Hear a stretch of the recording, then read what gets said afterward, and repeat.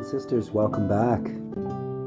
Today we're going to talk about 1 Corinthians 13, 4 to 7. And it goes, love is patient and kind. Love is not jealous or boastful or proud or rude. It does not demand its own way. It is not irritable, and it keeps no record of being wronged. It does not rejoice about injustice, but rejoices whenever the truth wins out. Love never gives up, never loses faith, is always hopeful, and endures through every circumstance. So, does that sound like the kind of love you're in right now? Does that sound like your partner? Does that sound like you? Man, we settle, hey? Like in this world, no one wants to be alone. No one wants to be alone. And so we keep taking on partner after partner, trying to find that one person who has like the least amount of toxic traits.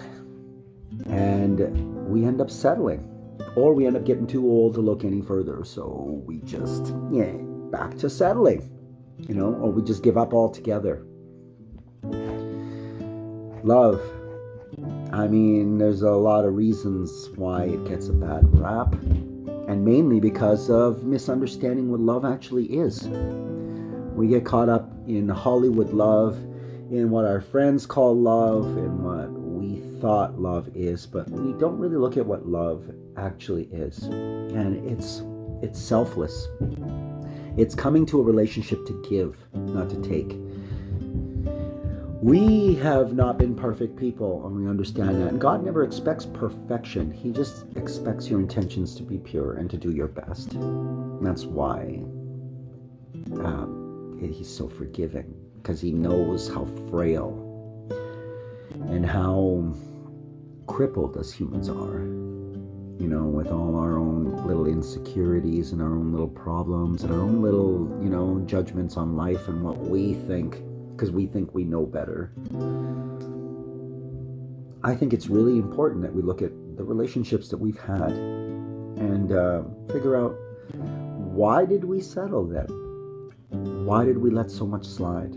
Or in words that you best understand, why did we ignore all those red flags? Were we that lonely? Were we that needing a connection? I think I figured out that instead of looking for a connection with other people, looking so desperately, and they say when you're desperate for love, that people can smell that off you. You make some poor decisions and you kind of push people away, because deep down we all kind of sense when someone really needs us through their own personal neediness, rather than wants us, rather than appreciates what we have to offer or who we are, but rather just needs to fill a void there, whatever they're lacking in. Corinthians, like a lot of us are going to fall short in these things. Are we really trying that hard to be patient and kind? Are we really trying to not be jealous or boastful or proud? Do we often demand our own way? Are we often irritable or keeping a record of how we're wronged in a relationship? Do we rejoice in injustice, or stop rejoicing whenever the truth wins out, Do we often give up? Do we lose faith? Are we losing our hope? And do we tough it out to any circumstance? We fall short on a lot of these. But we allow so much in. We pick our partners a lot of the times for all the wrong reasons. And we know that that's not love. You see, they're not there to complete you, and they're not there to fill a void. And you should have an idea of what you want.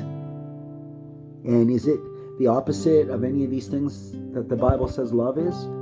No, not likely.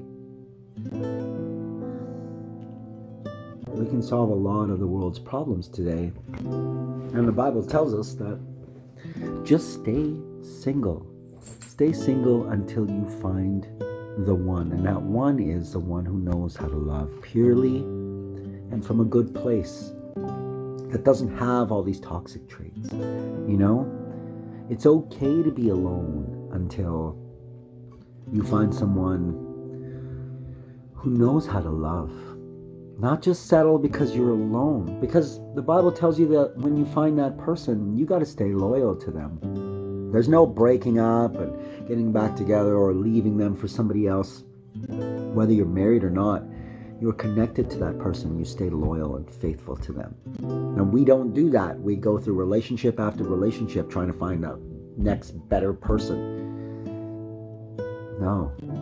Once you connect with that one person, be the penguin. Stick it out through the end. But in order to do that, you've got to pick wisely. You know? Because if you want to live a good life, the life that the Bible promises, it's about toughing it out with them through the end. So are you willing to do that with someone you just settled for to meet a need at that particular time? No, it's worth the wait.